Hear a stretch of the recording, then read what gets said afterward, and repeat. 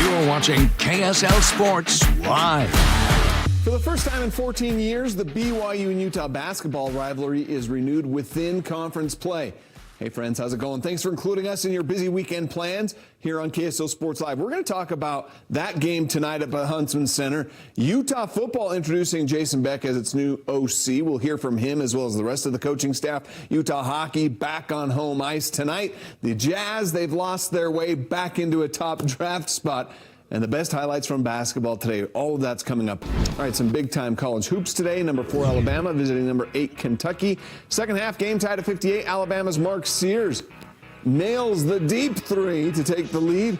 Later, Sears would hit the step-back three here. He finished with 24 points in the game. Grant Nelson had a nice day as well. He finished with 25 points, hit that tough and one. And the Crimson Tide get the big win at Kentucky, 102-97. All right, number 10, Houston on the road against UCF. Second half, less than 15 seconds to go. UCF's Keyshawn Hall drives, gets the layup. The Knights with a 1-point lead. Now, less than 4 seconds left. Houston inbounds to Juwan Roberts. Makes the last second shot, and there it is. Houston survives the upset with the wild finish. Another top 25 SEC battle, number 1 Auburn visiting number 23 Georgia. This will be another close game. Auburn leading by 7 with less than 30 seconds left. Georgia's Silas DeMary Jr. makes the 3 to cut it to 4. Then with less than a second left, Georgia has a chance to tie it. The shot doesn't fall. Auburn gets the win 70-68. 17th ranked Purdue took its game on the road against 13th ranked Oregon. Purdue would open the second half on a 9-2 run. Camden Heide knocks down the three-pointer. Then Purdue, they can't get the tough shot off the glass, but Trey Kaufman-Renn flies in for the putback dunk. Purdue gets the win on the road, 65-58. Manning on the inbounds, getting it to Green, the Dallas product. Green driving over to Holcomb for the win! Wow! Everyone loves a last-second thriller in college hoops. Utah Valley getting that buzzer-beater win in overtime on Thursday night against UT Arlington. How about the Wolverines? They are hot right now. After hobbling through a stretch that saw them lose 5 out of 6 games, Utah Valley has now reeled off 7 straight wins. They're off to a perfect 4-0 start in WAC play. Perfect time to cue up one of the great, maybe lesser-known rivalries in college hoops. It's the Old Hammer rivalry, a rivalry that began in 1972 in the junior college days of both of these programs. Utah Tech, they've been playing a bit better lately, 4 wins in their last 6 games. Final seconds of the first half, Utah Valley up 1. Tennessee Rainwater gives the Blazers the lead with the bucket and the foul. Tech leads 42-40 at halftime. In the second half, Tanner Toulson puts UVU back in front. That 3 puts them up 45-44. Toulson had a game-high 18 points. Utah Valley starts to pull away. Carter Welling down the lane with the hammer, a 79-69 lead. Hey, let's make it 8 in a row for Utah Valley. The 96-80 win over Utah Tech. I'm sure it's not going to be warm and fuzzy and flowers and chocolates if that's what you need.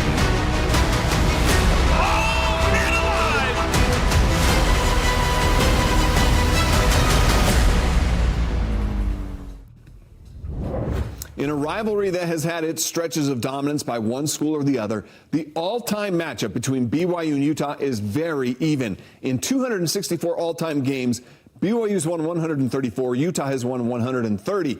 Today, that rivalry is not only renewed, but this is the first time in 14 years that the two will play each other in a conference game. So, what do the two teams bring into tonight's matchup? Well, the Utes have won back-to-back games in Big 12 play. Last Saturday against Oklahoma State. Then on Wednesday, the Utes snapped TCU's 9-game home court win streak by defeating the Horned Frogs 73-65, led by Gabe Madsen's 17 points. As for the Cougars, they also have a 2-3 conference record after snapping a 3-game losing streak with an 85-69 win against Oklahoma State on Tuesday night at Marriott Center. 5 Cougars scored in double figures in that game, led by Trevenell's 18 points. He's one of the Cougars that is very familiar with this rivalry game. It's amazing. You know, I think a lot of people, like, we're super fortunate to be able to play in a rivalry like this. I think it means even that much more, the fact that they're now in the Big 12 Conference. But I was just telling the team, I was like, guys, get ready, because, you know, Yeah, like their stadium might not be as full, but like this game's gonna be rocking, and so like we got to come out ready to go. They're really well coached. It's gonna be a fun little matchup, and those games always go down the wire. So I'm really pumped to play in this rivalry again, and it's gonna be awesome. How about we hop in the time machine for a bit? Back to February 12, 2011, the last time BYU and Utah faced each other in conference play at the Marriott Center. BYU completed the season sweep with a 72-59 win. Charles Abuo tied a career high with 22 points and 10 rebounds.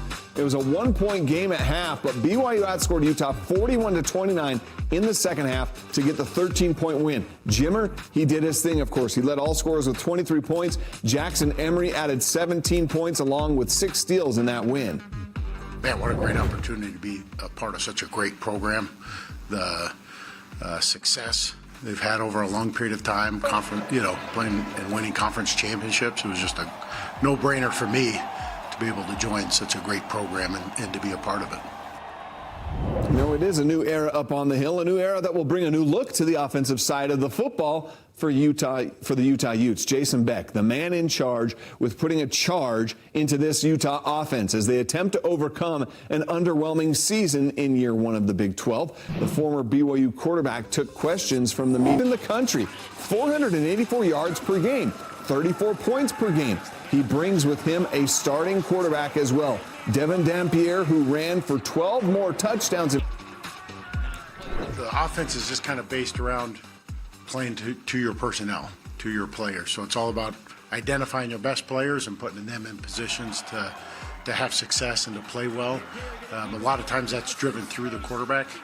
It starts with him. It's more wide open, more spread formations, a lot of Q run game. Jason is a really good judge of talent, who to use, getting the most out of each guy and tweaking things to fit the personnel. Obviously, I watched a ton of his offense, and I love it. It's going to be interesting this spring going up against a new offense because I love Andy and what he brought and his offensive scheme, but excited for this change.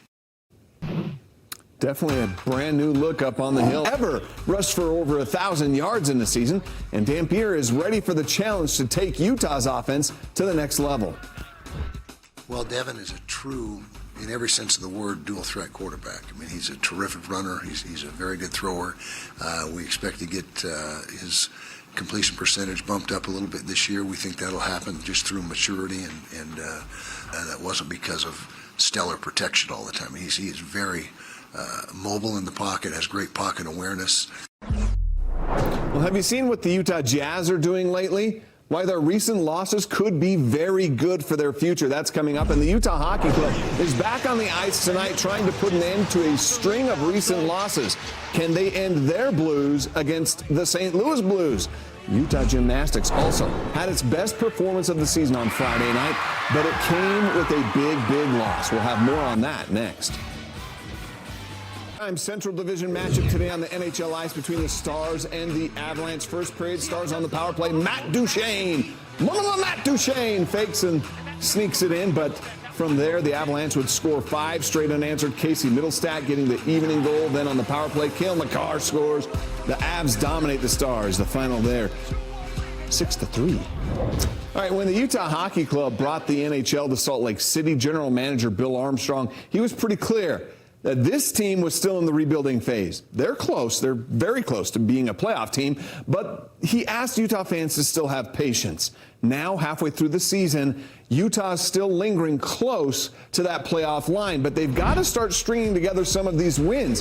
Just 2 wins in the last 12 games have dropped them to 6 points outside of the wild card spot. The team just ahead of them? Well, that's tonight's opponent, the St. Louis Blues. Back in November, Utah scored 2 goals in the final 3.5 minutes to beat the Blues on the road.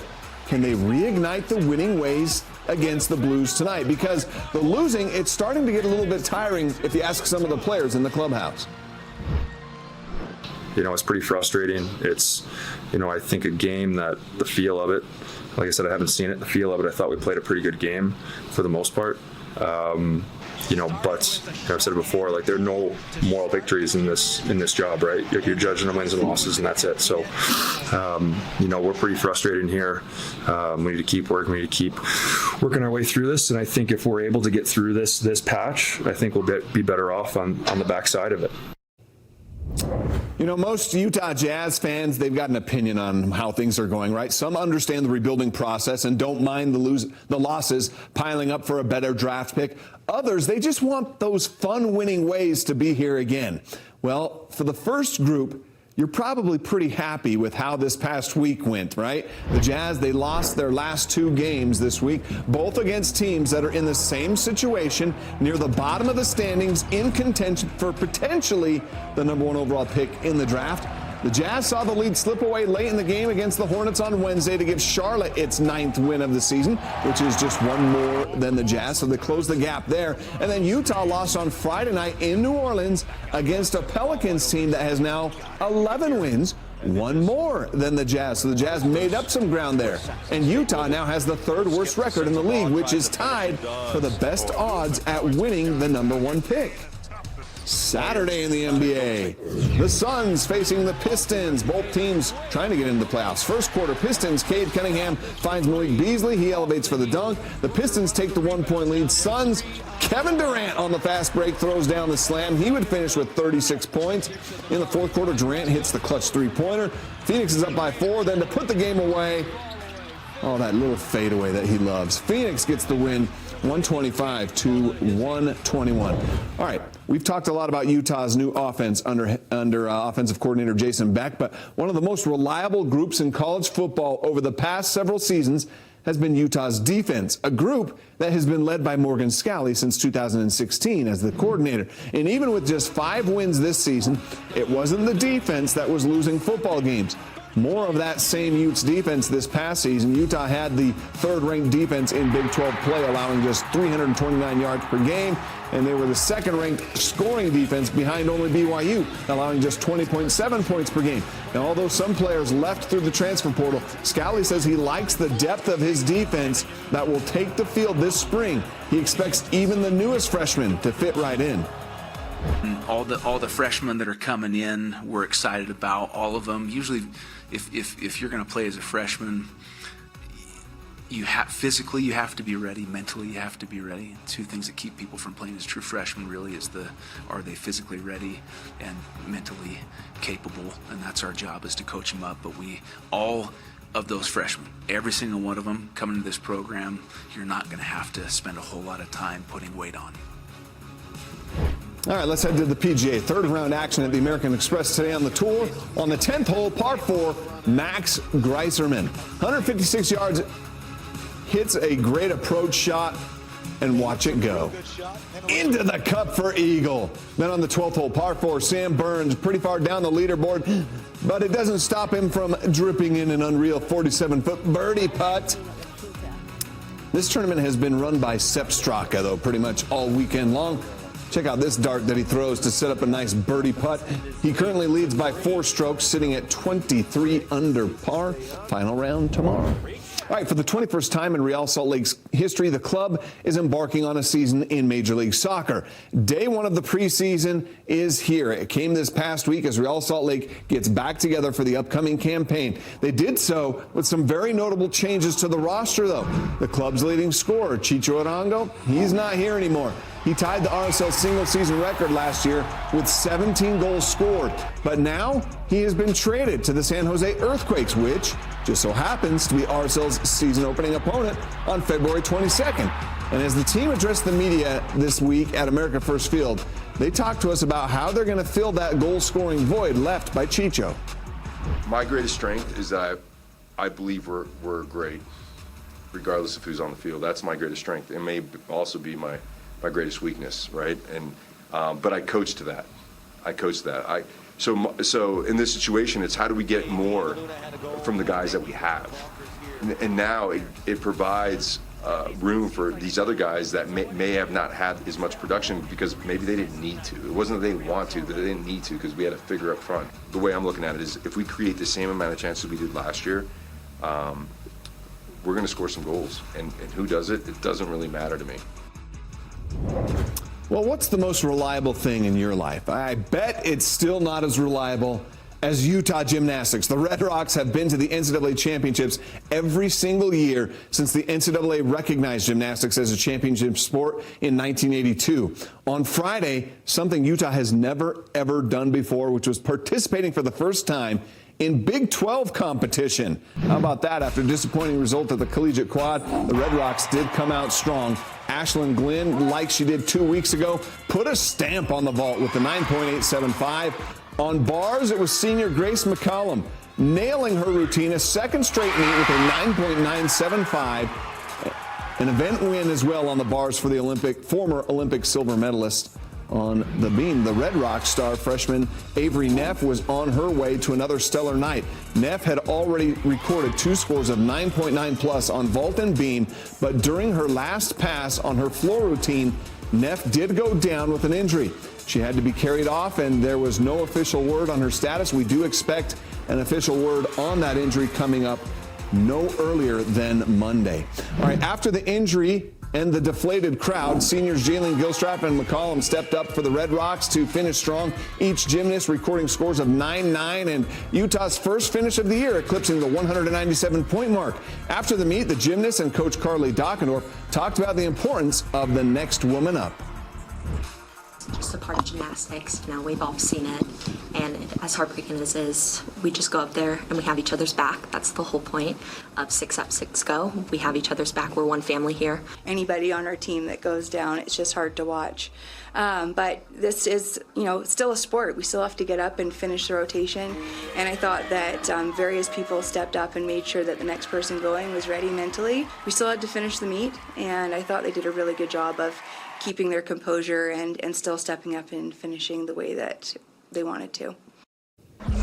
What does Coach Kyle Whittingham think of NIL deals and the role they may have played in some of his players leaving the U?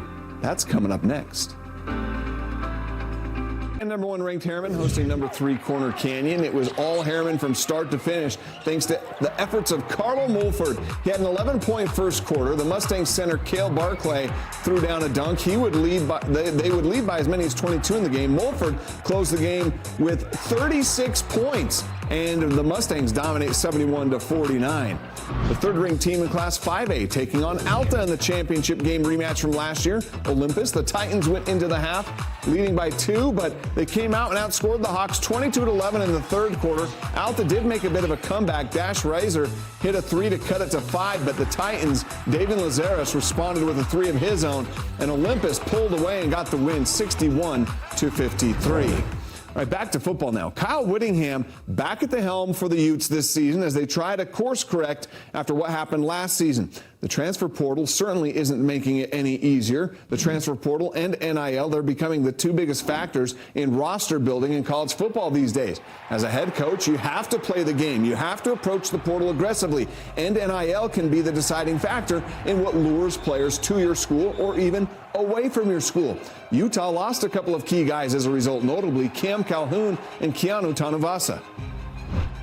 Absolute overriding factor was NIL. There's no doubt about it, in my opinion. A very good player for us last year, but they both felt it was made more sense to move on for their own reasons. But NIL is something that was certainly in the equation.